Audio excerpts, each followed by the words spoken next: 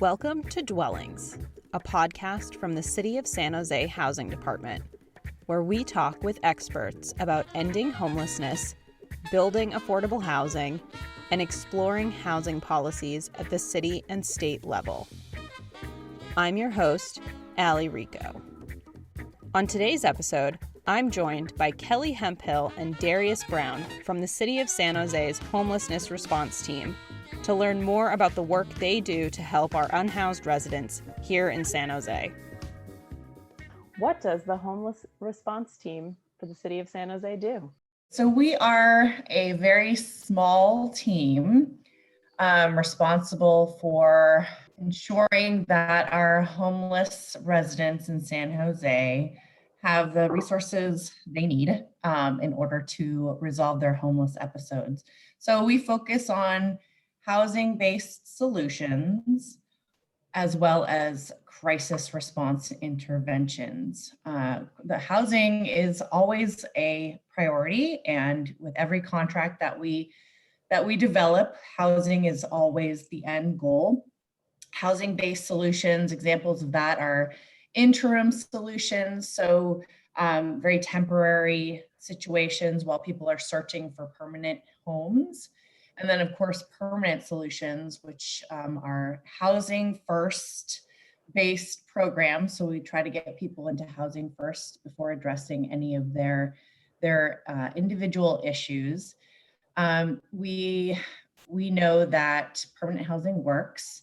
And so we have a variety of different ways to address permanent housing. We have a system where we keep data of all of the homeless people that we come into contact with called the Homeless Management Information System, HMIS.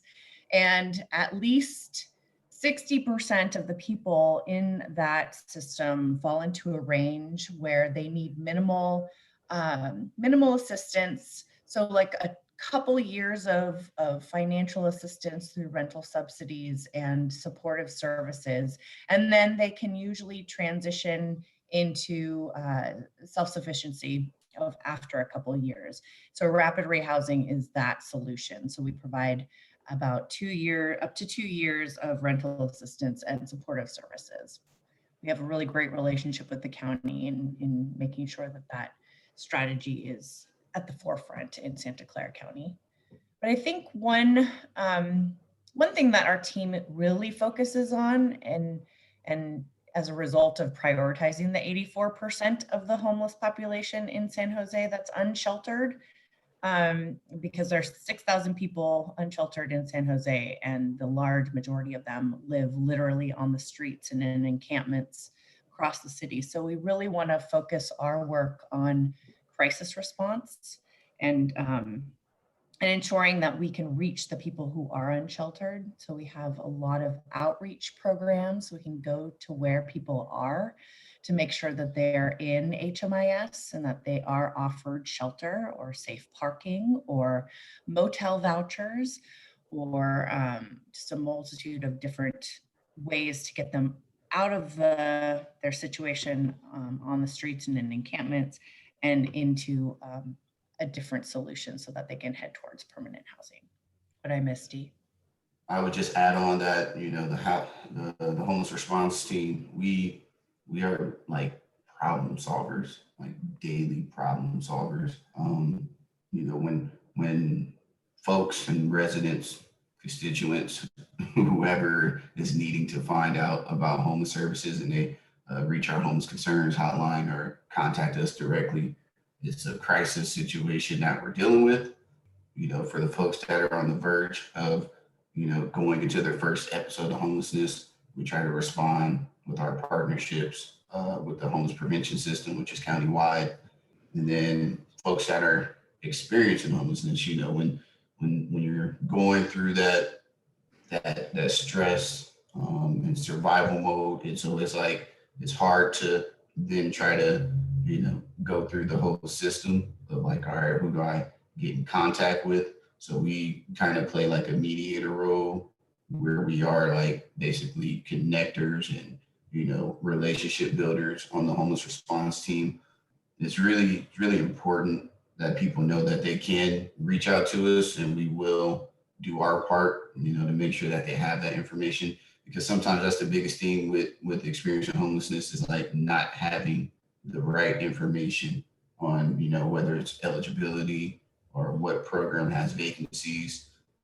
So, it goes on our team. We're good. We're all good on the homeless response team with building partnerships and collaboration, because we know no one agency is able to tackle this homelessness issue.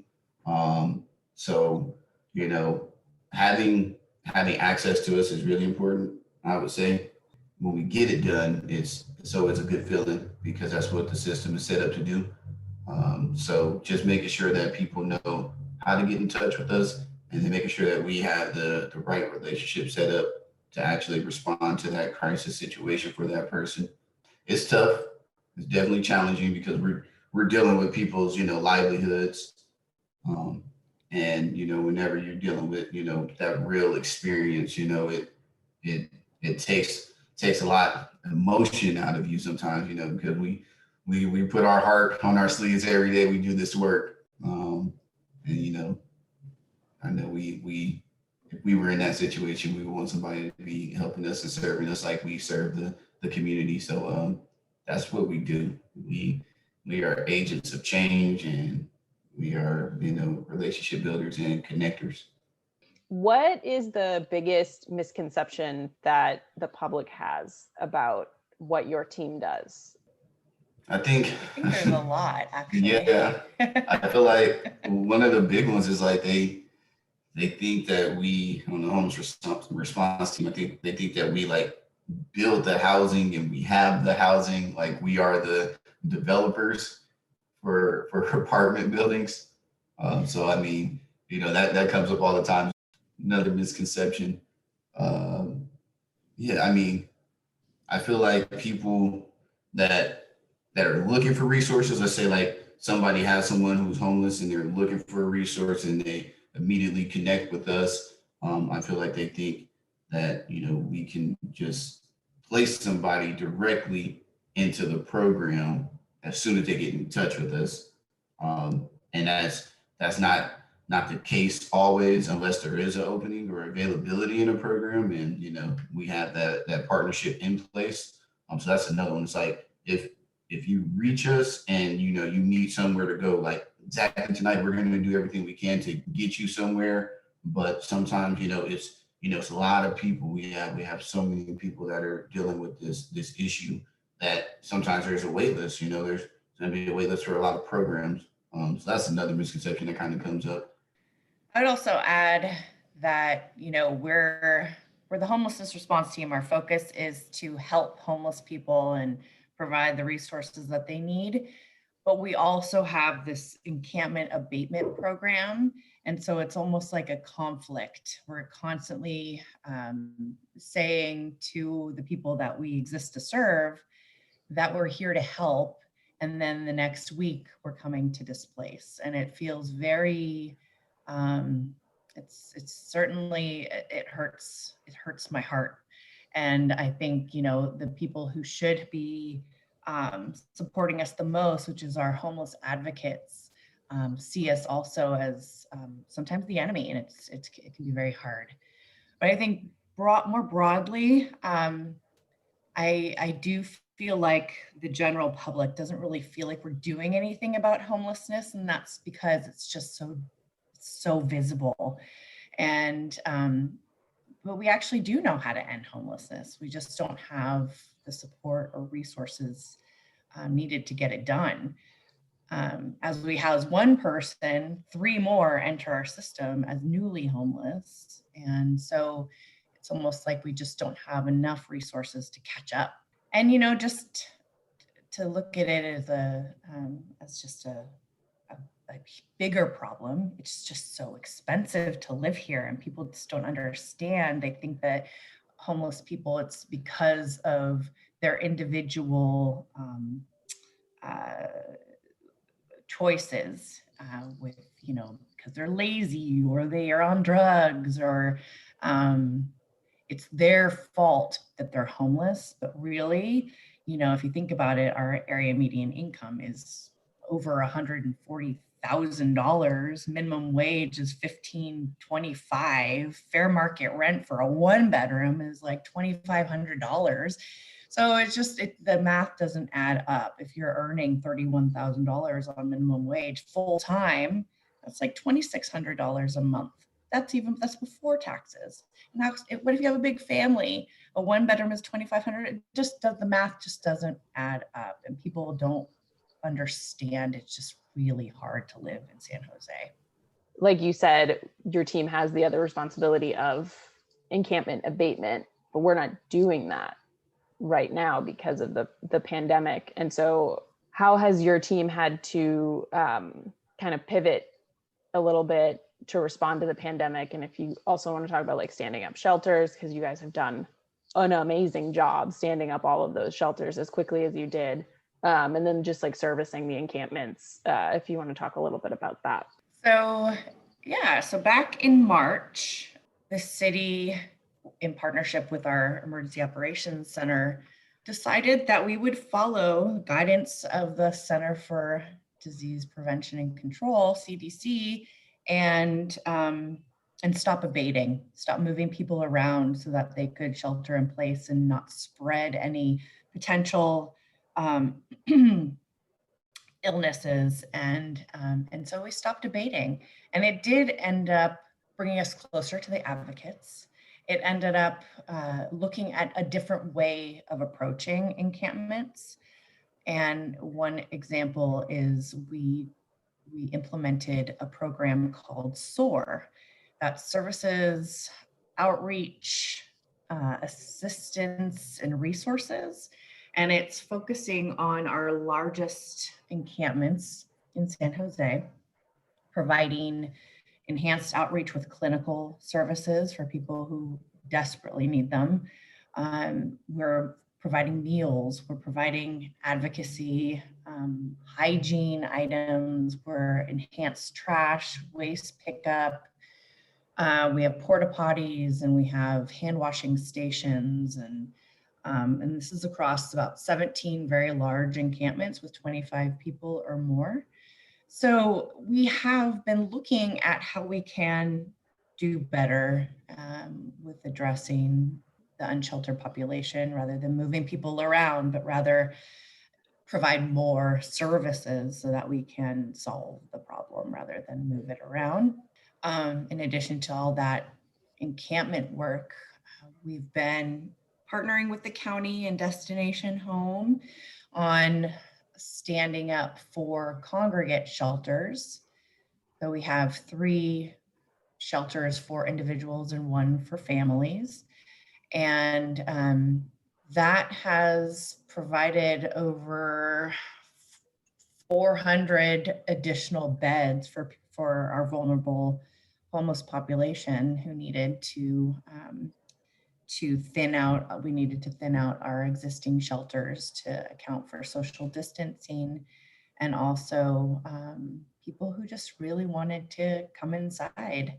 And so those shelters were for our general homeless population, while the county set up a whole bunch of motels for our more vulnerable homeless population, people who are over 65 or have multiple medical conditions or issues.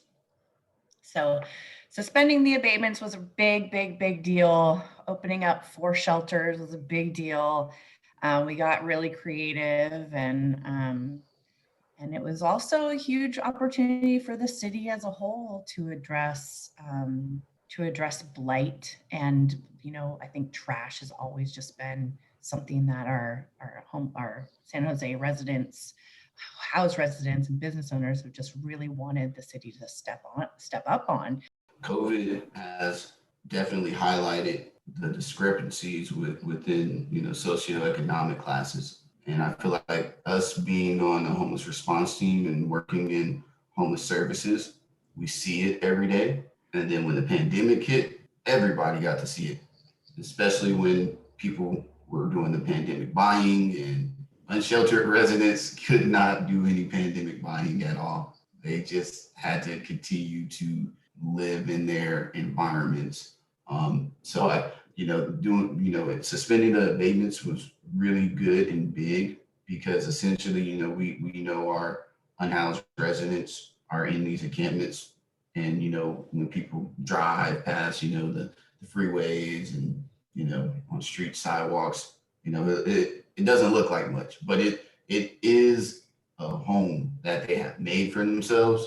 So being able to turn these encampments into, you know, semi neighborhoods essentially by providing city services was a huge win for the city, and definitely for the Beautify team, for homeless response team. I think that partnership is really needed, and I hope other cities, other localities see, like, it can work, and this is a way that it needs to work because yeah, with the response, we were trying to mitigate all transmission of the virus within the encampments, and we did a damn good job at with the testing and the partnership with the Valley Homes Healthcare, and making sure that those residents did not get displaced from abatements, and that was the biggest thing because when you abate, they go, they move to the next open area.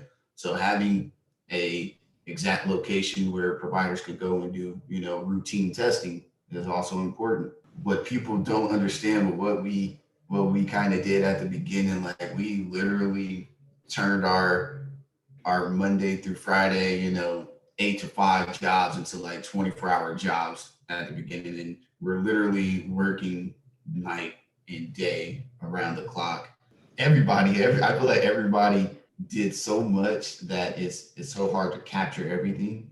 Like even just setting up and doing the making sure that our congregate shelters can be socially distanced. Like that was a lot, and seeing the inspectors do the measurements and all that. This is stuff that I don't think people really take into consideration with what we did to put these programs together.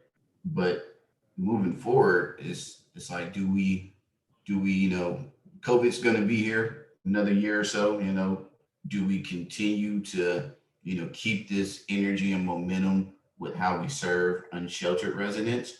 Or is it going to kind of drop off and then we go back to, the status quo of where our services were before? I think it was also good, having a lot of disaster service workers, people that, really had not worked with unsheltered residents, and, getting that experience. And I think it makes employees better. Honestly, that's something that came up a lot with folks that aren't on the homeless response team, and that were there and working around. It's like, dang man, this is good work. Like I want to do this work, and you don't hear that often. You don't hear people saying I want to work in homeless services, but that came up a lot because it is rewarding when you see the outcomes from all the behind the scenes planning and development, because it was definitely a lot. And yeah, everybody that had a hand in doing it, man, everybody needs a medal of honor.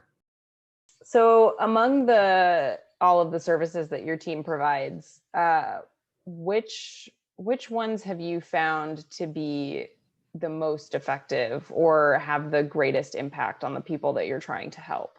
Going into sheltering, I mean, building these shelters. That's we have contractors that run their shelters that we fund, but us taking the lead on building shelter.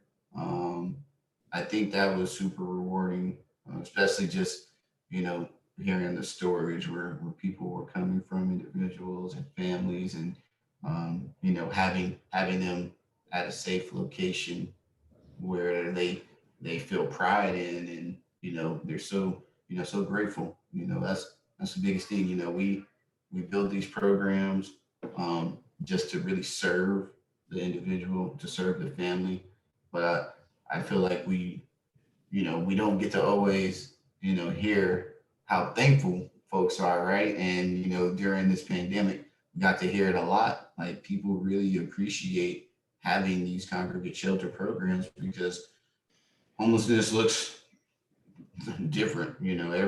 It's not one face to homelessness. It's not just one thing. that homelessness is. It's so many different things, and being able to build this response and this network for people that needed it and were super thankful and appreciative was great. So I mean, honestly, the biggest thing I would say is being able to have a facility that we can say you can stay here. That was a great takeaway, and then just honestly like the response to it, like being able to. I feel like this response time, the turnaround was pretty spot on. I don't think there's ever been a time where somebody has reached out needing somewhere to go where it wasn't like boom, okay, immediate response. This is what you have to do. Just get in contact with this number, and that was another great partnership that we have with the county with creating that centralized referral system. Because me and Kelly talk about referral systems all the time, and they could be a little disjointed. So having during COVID, just one agency that was being able to refer clients to these shelter sites just really made it more efficient. And I would say just it makes a difference. It does, it makes a difference when you can call a number knowing that you're going to get served that same day. I would agree with the city's shelter response as being really effective during the pandemic. But I think in general, I wouldn't know how to pick a program because one size doesn't really fit all. Um, but housing is the most effective, obviously, because it ends the problem. Then coupled with support, you got a win-win. I think our team we've built this kind of a really cool system as far as our rapid rehousing system, because we have all of these interim housing programs in the forms of tiny homes and modular units and even a motel. And so people have a temporary place to stay where case managers can find them, where they can stabilize and move into a permanent place, just have a place to situate while they're searching for permanent housing. And then they go into this rapid rehousing program, get some rental assistance. And then on the back end, we have some really great partnerships with developers and owners of affordable housing complexes. So we have this almost system of care where we can ensure that people don't fall back into homelessness. So. How did you get involved with homeless services? Like what inspired you to do this type of work? I grew up in the Haight-Ashbury in San Francisco. So I was around homeless people since as far back as I can remember. And I had a mom who really instilled like some, community service was a huge part of my life growing up, especially when I was much younger. And so I found myself in homeless shelters, as young as 12. And then throughout high school, I just really dove in and I provided childcare and to a lot of the kids at this family shelter, the Hamilton Family Shelter down on Waller Street. When I was growing up, I was there at least twice a week. So it was just a part of my everyday life. And then when I was in high school, my mom actually did become a drug addict and left our family and became homeless. And so she was homeless for about 25 years, recently housed. So that was, and she was just one of the very few who really wanted to live that vagabond life. And so I strongly believe that, I was very lucky to have the support of another parent. And it really made me reflect on what if I didn't have that support. And so many people who are homeless or are affected by homelessness don't have that type of support. And it really impacts how they get out of homelessness or how they can really, survive. And so and I just dedicated my life to giving back, and it was kind of my calling. Darius, how did you get involved in this type of work? As soon as I graduated college, my first job was working in juvenile hall in San Mateo, doing life skills classes. Uh, I remember when I had one of the kids get out, and I went to go visit him because I had a good relationship with the youth.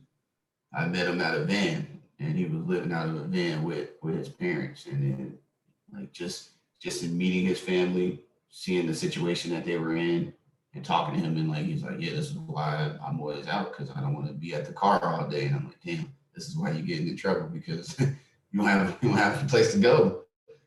That's when I was like really early on, like, dang man, this is something different. I never just seen like kids just in the van like this, and this is back when I'm like. I was like 20, 21 when I graduated. Yes, I was like super young. I'm, still kind of, relatable to the little younger kids, So I was like, dang, dude, like I'm not that much older than you, you 17. So then I started looking for like work in homeless services for transitional age youth because I was, just always been my calling just to kind of work with the youth. So I started at Bill Wilson Center back in the day and started at the drop-in center. And then we had a TAN program, a mental health program that was, yeah, it was eye-opening because it was almost like a group home. We were all in the house, and yeah, I was one of the peer partners there, and just seeing and hearing the stories, and then on top of it, all the youth in that program had mental health diagnoses. So then learning about the DSM-4 and all these different type of diagnoses that you could get, and then trying to help youth like either go to Job Corps, get back in school, get a job, and then, doing the case management with like trying to find an apartment or you saving money while you're in a program. It was a lot. It was a lot to see the system that, youth in this situation had to kind of navigate. Um, and then if they didn't have any family support at all, it's like, damn, how do you get out of this? How do you pull yourself out of this by yourself? So from that experience, I knew that I always wanted to work in homeless services, always wanted to work with the youth. And then I kind of transitioned over to education because I was like, dang, man, I'm hitting the wall with Tay Youth because it's like you got youth 16 to 25, and then like sometimes when you get to 18 and you've been surviving, sometimes nobody can tell you anything. So I was like, okay, I kind of want to work with younger kids. Hopefully I can drop some knowledge in younger kids. Let them see like a brighter future for themselves. So then I went to the school districts, and then came across a homeless education program within schools, which we I feel like a lot of people didn't really make the connection. I sure didn't make the connection when I first started working in education, and then seeing how homelessness impacted students in classrooms, um, and seeing how the parents needed help within the education system getting to services and housing services. I just picked up the ball and ran with it. And then I was able to do two cool jobs in Santa Clara County and Monterey County. And then this is my first time working in a housing space. I've always been the person to rely on Kelly, Vanessa, all the housing providers. So now being on this side, it's really big. It is because it's like this is how you really help people break this cycle. I'm always big on kids and the youth, and I'm telling people like this is a cycle of traumatic poverty. Like if we don't put these solutions and interventions in place now, like essentially we're gonna have the next generation of unsheltered adults and these young children. And I try to help people understand that because I think it's real. When I was doing the bait and stuff with Vanessa, that's what I'd be talking to people about in the canvas, which would be tough because we're cleaning up to canvas. But I'm like, all right, man, like, what was your experience? How did you get here? And let's go back to childhood. Something happened in childhood in their household that just caused them to, come on hard times, and they never had anybody to help like pull them out of that situation. So that's how I got to where I'm at now on the homeless response team in the housing department. So what would be one piece of advice that you would give to people for how they can get more involved, how they can help with homelessness in their neighborhood, whether it's in San Jose or elsewhere? It's a hard one. People often ask us, how can we get involved? And of course, we'll point that first, it's what's your interest? Are you interested in, a one-time kind of event, or do you want to build relationships with people, get to understand the system of homelessness and how people, how people get here? And do you want to prepare food? Do you want to tutor a homeless child? What do you want to do? Is it monetary? Do you want to put together some moving kits for people who are newly housed? A lot of, advocacy is really important. Education, kindness, just acknowledging people, smiling at them can really make their day. You often hear from homeless people that they just feel like they don't exist. People walk right past them, and just acknowledging their presence and the importance that, the important role they play in the world. They are somebody, they're someone's kid, they're someone's friend, they're someone's brother or sister, just really acknowledging people as, everyone has a story, and just listening to their story sometimes can make a world of difference. Yeah, it's definitely just seeing what the need is in your community, what the need is in your neighborhood. There's two ways people can get involved. You can get involved with direct action service, just like Kelly said. If you want to volunteer, eventually, I'm pretty sure programs will start taking volunteers again once we get past COVID. But then, like an indirect action is, legislation, policy, funding. Like if you want to, get in contact with your local elected official, say, hey, I see this issue in my neighborhood. We need to bring this program. I want a shower program in my neighborhood. You can do that. That's another way that I feel like people don't realize they can help, and that's a big help, because we can't always do it on our own. We need the community to go to their elected officials and say, hey, we want this here. We don't, the NIMBYism is big in our county, and we got to figure out how to break that. You got to figure out how to get people to say, no, it's okay. I want to help my neighbor, because everybody's a resident, whether you're sheltered or unsheltered, you're still a resident of the city. So I feel like people need to understand that, and they don't. They see homeless people as they don't belong, like they weren't born here, and that's not the case. So yeah, direct or indirect actions. Thanks to Kelly and Darius for joining me on today's show. If you'd like to learn more about what the City of San Jose is doing to help unsheltered residents and how you can get involved, you can log on to our website at sjhousing.org. Thanks for listening to Dwellings, the City of San Jose Housing Department podcast.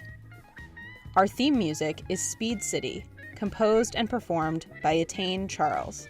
Thanks to San Jose Jazz for letting us use your music. If you like the show, please subscribe and share with your friends and family. If you're looking for more ways to get involved with housing and homelessness response, please check out the show notes. You can follow the Housing Department on social media. We're on Twitter and Facebook at SJ City Housing. Our artwork is by Chelsea Palacio.